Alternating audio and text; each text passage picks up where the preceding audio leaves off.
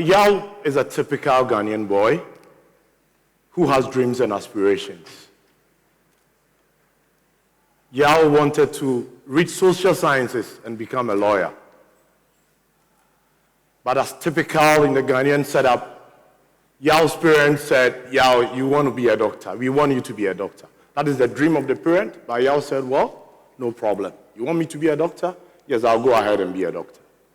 So Yao goes to school, reads science, reads history and literature whilst chemistry class is going on. Yao is rethinking. My dad is in the house. He wants me to be a doctor. I'm in school reading literature and history in a chemistry class. Yao does this, passes well, goes to the university. Unfortunately, the dream of becoming a doctor does not materialize. Yao gets admission to read an undergraduate program in agriculture. 4 years on campus was a defining moment.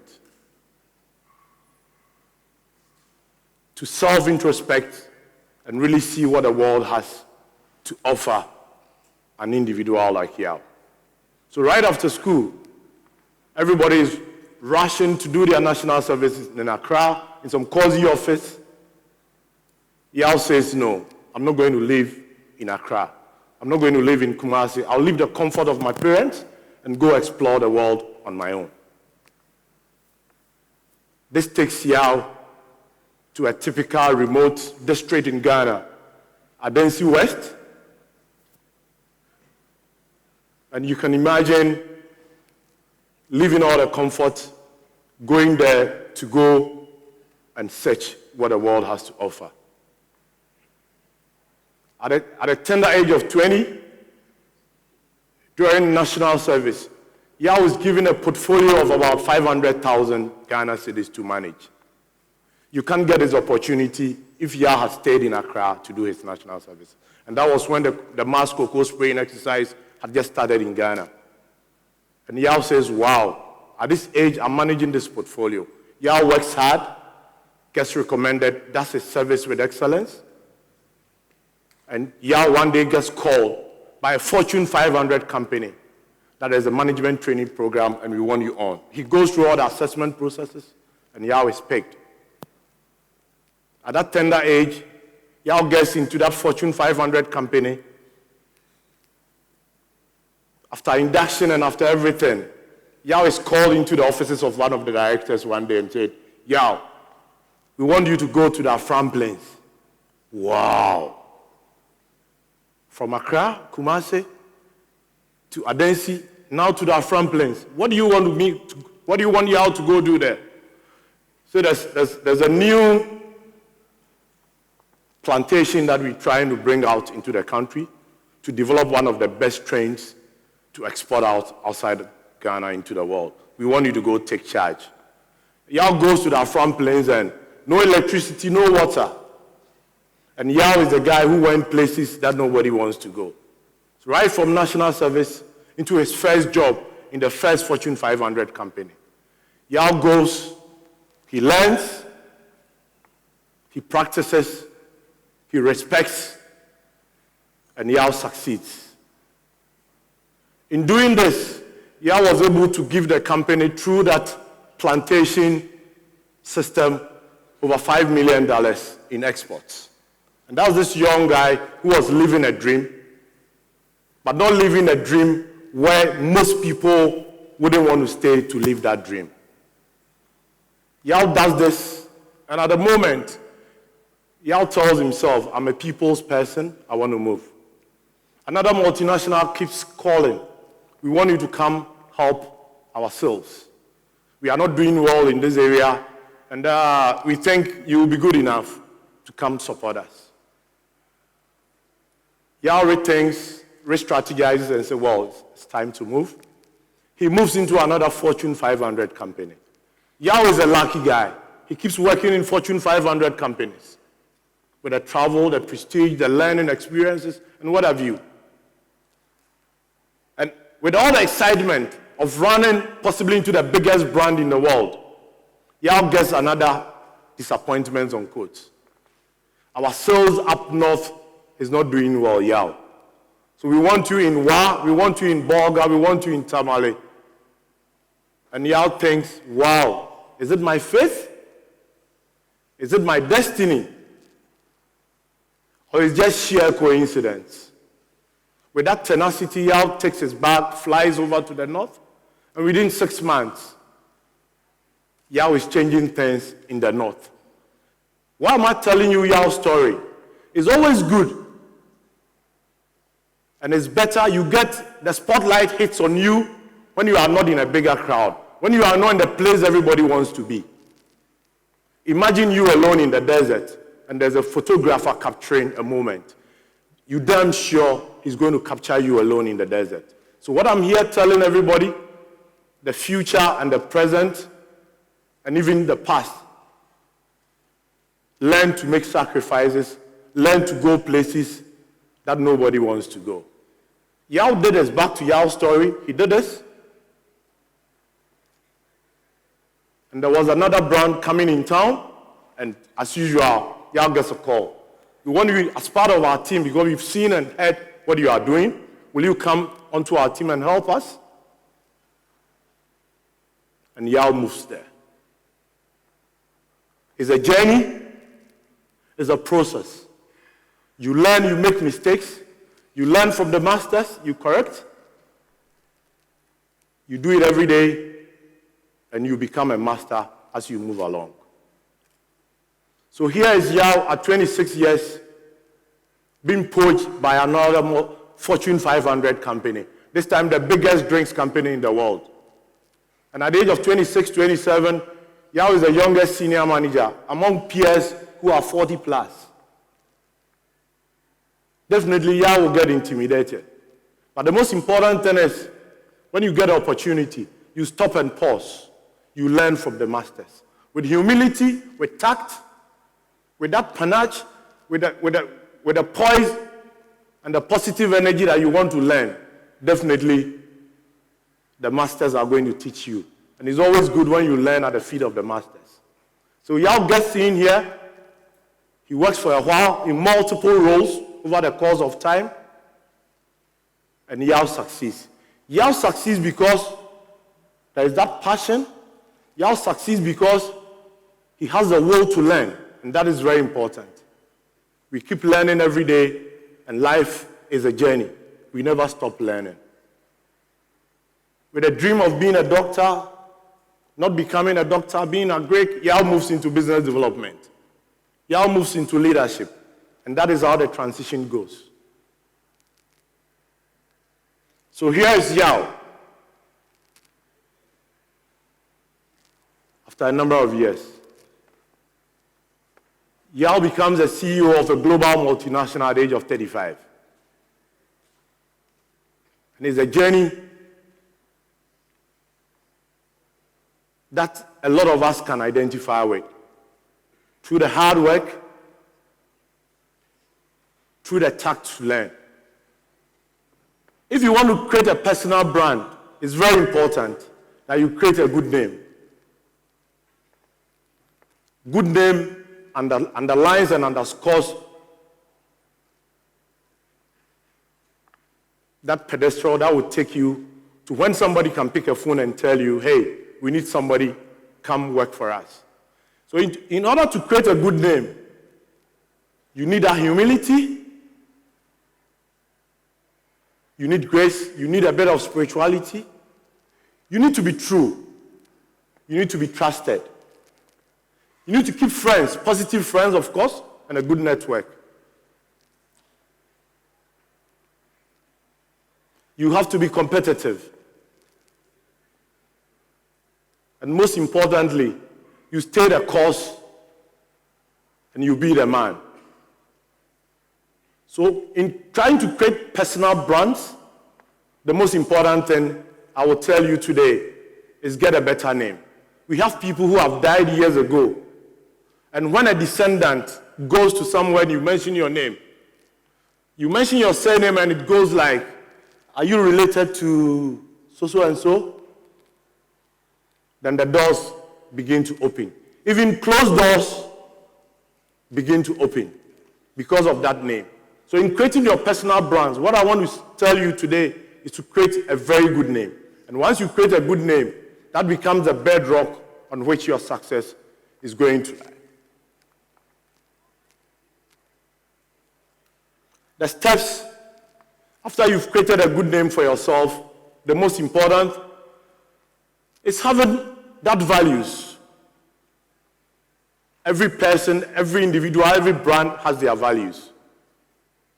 Are you the type that when you cry, everybody goes back and say, no, I don't think this guy is real? Everybody's crying at a funeral. Why is your cry not real? It's because you don't stay true your course. And a lot of people can see through you, your actions. So create that value and don't depart from your values. And to work in a global context is very important. In our part of the world, people cut corners and they go scot-free. In the global environment, you can't do that. So if you want to create that positive brand imagery for yourself, it's very important you keep your values. Once you get your values, you need to get a vision. And the vision, possibly you can write it on your chest so that everywhere you go, people will know this is your vision. Brands and top-class performers around the world have their visions. And your vision should wake you up every day of the year. You get out of your bed and you tell yourself, this is my vision. This is the path. This is where I want to go. And once that vision kicks you up, you don't need an alarm bell to wake up. At every point in time, your vision wakes you up. You get your vision, you need passion and the will to go on and on and on and on. If you don't have the passion, believe me, you are halfway dead. They give you an assignment and it's like, I think it's going to rain. Can you be a taxi driver who fears rainfall? Can you be the cocoa farmer who fears the snake? Can you be the teacher who wears a tuxedo and is afraid to get chalk marks in? You can't be. So you need to drive yourself. You need to be prolific. You can't do something today and tomorrow you are doing a different thing. To get success, you need to be prolific. You do the same good things every day, every minute, every part of the year. And that is where you drive your equity, you drive your personal self-worth, and you drive your brand. Because people are watching. It can be in the plane, it can be in the lobby, it can be in a taxi. The breakthrough moment will come, but you don't know whenever it will come. So it's very important you maintain who you are, what you stand for, and what you want to be. And with that dream, the sky is not even the limit because people are going beyond the skies. And you need consistency. You need that consistency to do it every day. You need that consistency to drive that passion. You need that consistency to drive the trust. And you need that consistency to stay the course. You can't be a thief today and tomorrow you'll be the pastor. I'm damn sure an usher will see you and he'll come back and say, I saw pastor doing this.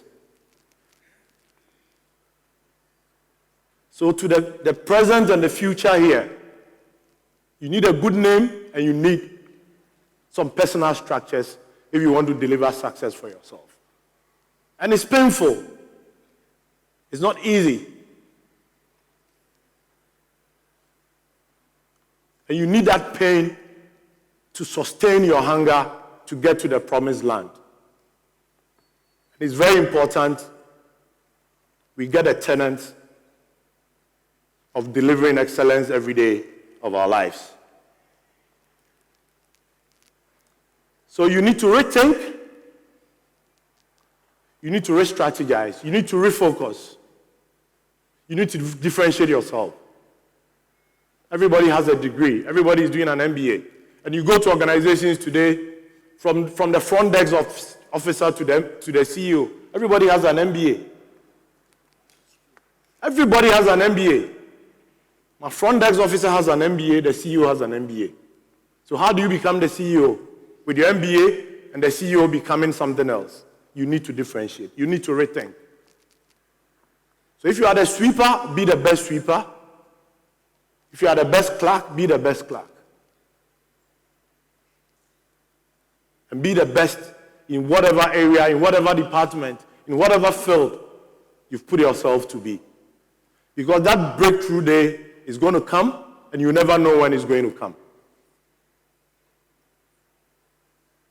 So let's reposition ourselves from today that success is painful. Once you get to realize that success is painful, you will learn from the masters. You'll be humble enough to ask the questions. You'll be humble enough to see through the great innovations and ideas that has brought successful people far. And believe you me, you're going to get to your destination. So here am I, 15 years, 5 brands. I've done 25 countries, lived and worked in them. I've lived in all the 10 regions of Ghana, the places where nobody wants to go. And here am I. It is possible. People have done it, and so can we all. So I'll leave you today with a quote from Aristotle. What is your choice? Is it excellence or is mediocrity? You have that MBA, I have that MBA, I have that degree, you have that degree. What would differentiate us is our attitudes to life, our attitudes to work, our attitudes to compliance, our attitudes to stay the course. And I'm happy a lot of expatriates are here. Countries were built on these core values. Individuals were built on the values. So let's stay the course and not depart from the key values that develop countries and that develops individuals. So excellence is never an accident. It is always a result of high intention, sincere effort, and an intelligent execution. You can't execute anyhow. You are late for your interview. You are late for everything. When nobody is looking, you are a different person. Be consistent. So we're going to choose excellence over mediocrity. And it's a choice. It's not a chance. Success is a choice. Being rich is a choice. Being healthy is a choice. Being well-educated is a choice. And it runs through all the speeches and the talks we've had today. Life itself is a choice. Because you have it in your hands. If you don't want to live anymore, though not the best, but you have it in your hands to live or to die. So to all of us here, the present and the future depends on the efforts we put in.